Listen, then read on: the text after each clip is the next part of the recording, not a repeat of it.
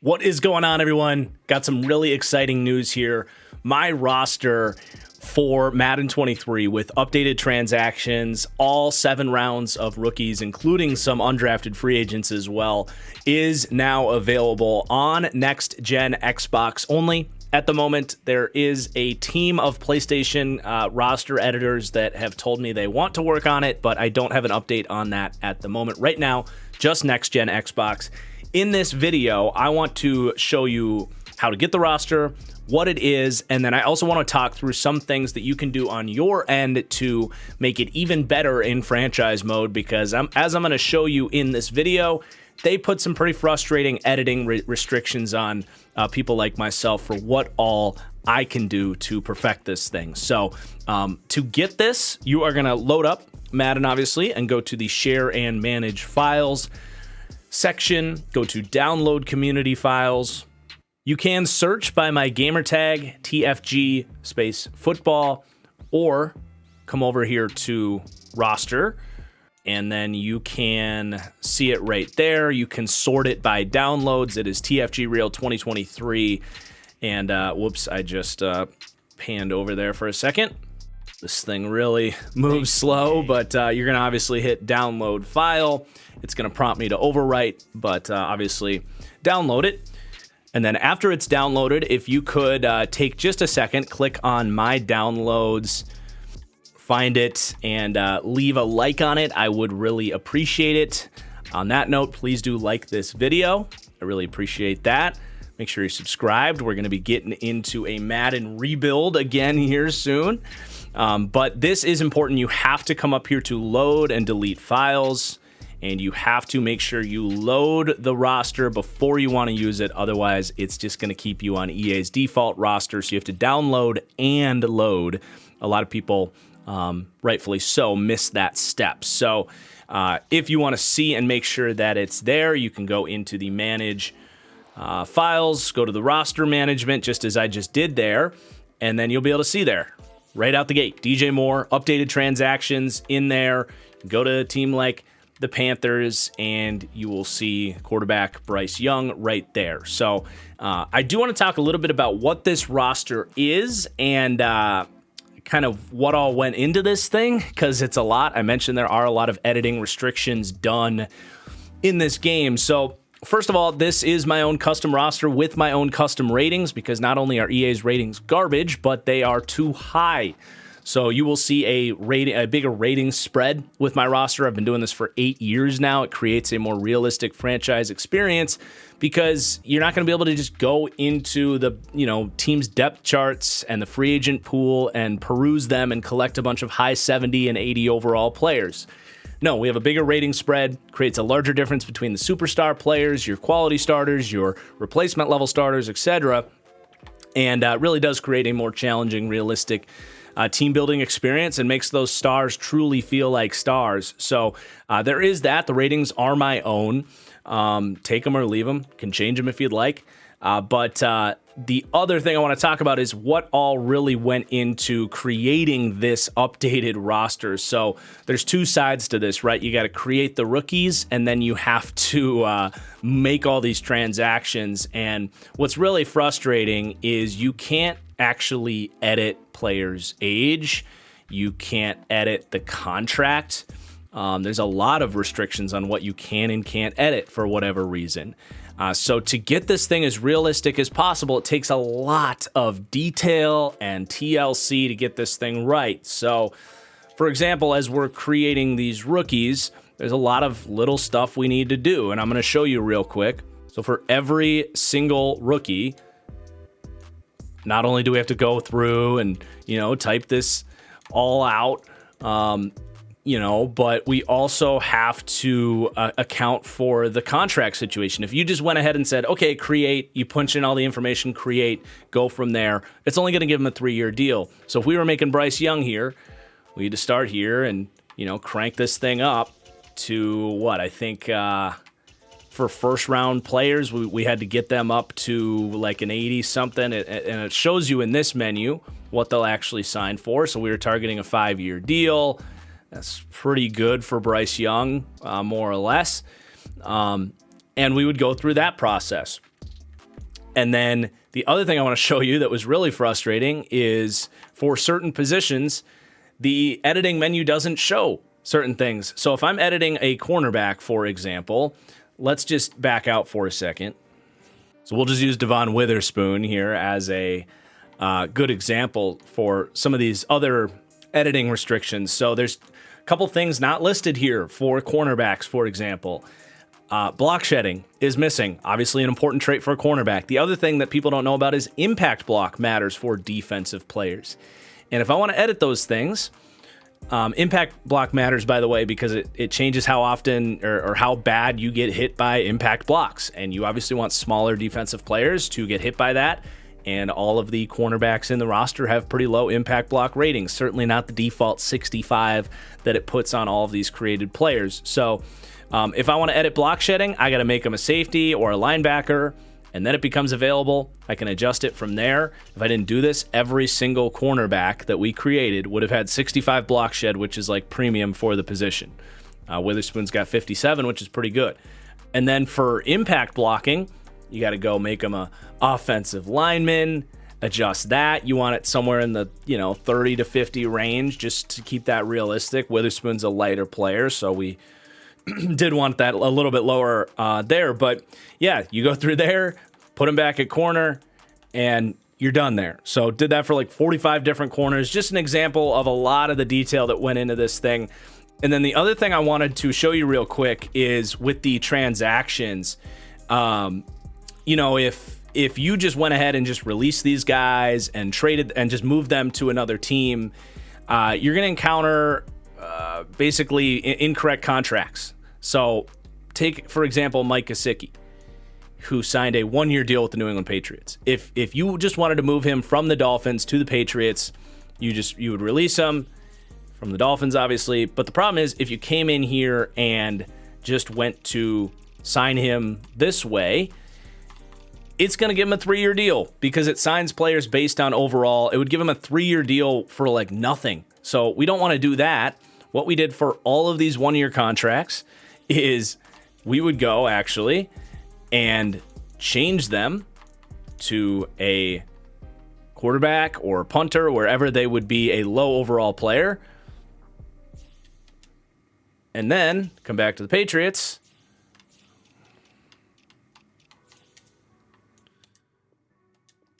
Sign him where he'll get that 1-year deal. And then, of course, you can't leave him at quarterback. So you got to put him back at tight end, fix the jersey number, all that stuff. So obviously a very, very timely process. This also applied for let's take Jesse Bates' contract, for example, for the Falcons. We try to get these contracts as realistic as possible so that you have to do as little work on your end so that you can just load this thing up and play right away. So for Jesse Bates, and I'm going to have to another editing restriction here on display for a second, is the player minimums. I couldn't release him until I put another free safety there for a second. But let's say we wanted to move Jesse Bates from the Bengals to the Falcons. Well, right now, you can see we got his contract up to pretty close to what his actual contract was, about $15 a year. Might have been a 4-year deal in real life, but you can only get it up to 3 years because this game is stupid. But let's say we just released him from the Bengals, like such, and then wanted to put him on the Falcons. Well, as we'll see here, it would only give him about half of that. So we actually moved him to quarterback, bumped him up to a 99 overall quarterback, and to that point he would sign for the contract that we showed there, and then we would put him back at free safety. So a lot of time and effort went into this thing. I promise you it was over 100 hours between myself and shout out to Moon God and the rest of the team that helps create these rookies and do a lot of these transactions.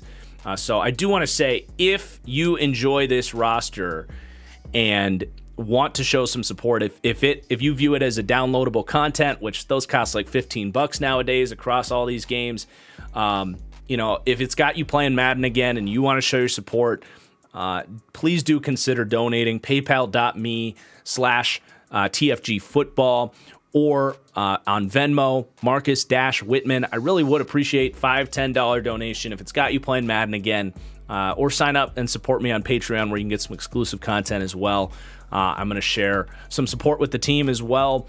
So please do consider it. It is a very timely process, and it goes a long way towards me continuing to do this in the future, right? Like, this is a huge time commitment.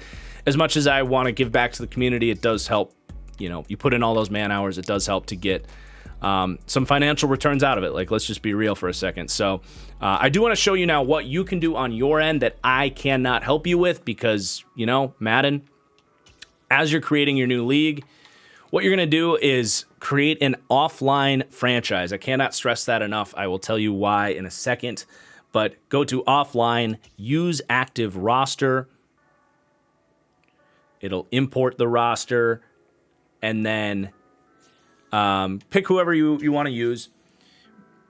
Start in the preseason. There's a sheet in the description below, a link to a sheet in the description below that tells you all of the stuff you can do to improve this. And the number one thing I would say is the dev traits, right? So you can go through there, see which, because I can't edit dev traits. The only way you can do that is in your own individual franchise. You can go through and edit those things. So I don't have it pulled up at this second, but first guy on that sheet for the Bears is going to be Chase Claypool, who I think has exhausted his star dev, in my opinion. And you can, if you disagree with any of these dev traits that I listed there, to each your own. Like, you don't have to follow exactly what I suggested here, but those are the changes I made for myself and would suggest you make. So going through doing the devs for like all 32 teams, it's going to take some time. It'll probably take you 2 hours or so. But that is why we did an offline. That way you only have to do this once, because what you'll do is create a new save point. And you'll see I've already done this on my own end, but create a backup and a base file, right?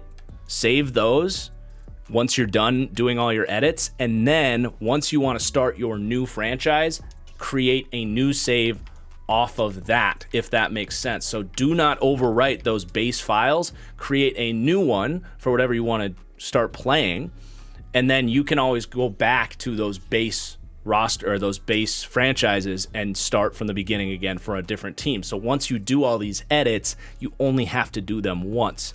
So the dev traits are one thing. The other thing in that sheet is going to be the draft pick trades. I really only focused on the first 3 rounds. I wasn't going to bother about tracking down 4th, 5th, 6th, 7th round picks. But there's 8 teams that you need to bounce around with to get those picks back in the right hands. I have listed there on the other edits tab of this sheet what to do. So as you're doing this, you'll go to user teams, create a new character, and then the first one on there is the Commanders. We need to give the Carson Wentz picks back to the Colts. It says send 2023 second and third back to the Colts. So you go to trades. This is pretty straightforward, but we might as well see it through. Draft picks. I'm in reverse here. Sorry. You actually wanted to start as the Colts. Sorry for the poor guide here. I'll fix that. But you would come here and select this pick, this pick. They're obviously not going to accept this, but if you are controlling the Colts, they will accept this. You can either do like a future 7th or grab like, some crappy player. As long as you're sending this from the Colts perspective, they would accept this trade. Sorry, Jake Fromm, you are now an Indianapolis Colt. But yeah, you'll go through, do that for the 8 teams listed there. I'll just update that right now so I don't forget. But yeah, so those are the trades. And then the last thing in this sheet is going to be the contracts. So as I mentioned, there are contracts that I just can't edit. And you don't have to do this step, certainly, but if you want to make sure these guys have the existing contracts, the ones that you should edit are all in this spreadsheet here. You know, for example, you know, let's take Russell Wilson's new contract that's missing. So that's listed in here. You know, you are going to look at this sheet. That first number is the number of years. The second number is the salary. And the third number is the bonus here. So Russell Wilson, 6 years, 100 and... This is a bad one to pick because it takes forever for a big number like this. But you'll bring this obviously all the way up to 197 and then this one up to 82. And that will get him the correct contract. That thing is a megalodon. But that's an option you can do. Otherwise, you might get some funky free agency. So I would suggest doing it. Those will probably take you another 20 minutes. So you're looking at, you know, just between the dev edits, the draft pick trades, and then editing the contracts that I recommend, you're looking at probably 2.5, 3 hours of setup. Unfortunately, it's just, I can't edit this stuff. So if you want it to be realistic, that's your best bet.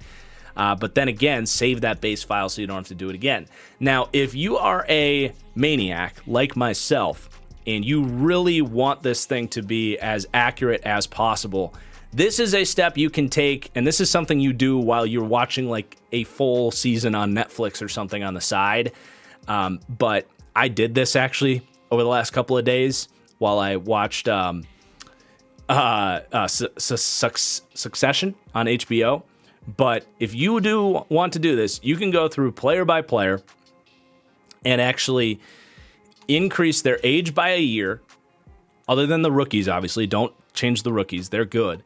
And then advance each player's contract by a year. You know, that's going to get these guys in the right spot where they're hitting free agency at the right time, where their age is the right thing. Now, I would recommend skipping guys like Nate Peterman, even like PJ Walker. Like, their contracts probably don't really matter. They're probably on 1-year deals. Like, they're never really going to amount to much. If you really want to be a lunatic and do every single player, I'm not going to stop you. But, you know, I would save time doing guys like, Travis Homer or you get the point. But if you want to go through every single team, this took me like 11 to 12 hours. It's not an easy process, but then again, you're good for the rest of the summer. So that's the last thing I would suggest. Beyond that, you should be good to go. The roster is very much ready to play at that point, and that's all we've got for this video. Again, if you really find yourself playing Madden again, if you appreciate this roster, $5, $2, $10, whatever you can afford to contribute, I really do appreciate it. The PayPal, Venmo, links are going to be in the description below. Please do like this video as well. That's all we got. I'm going to be starting up a new rebuild here on TFG Plays fairly soon. So keep an eye out for that. Make sure you're subscribed, and we'll see y'all soon. Peace out.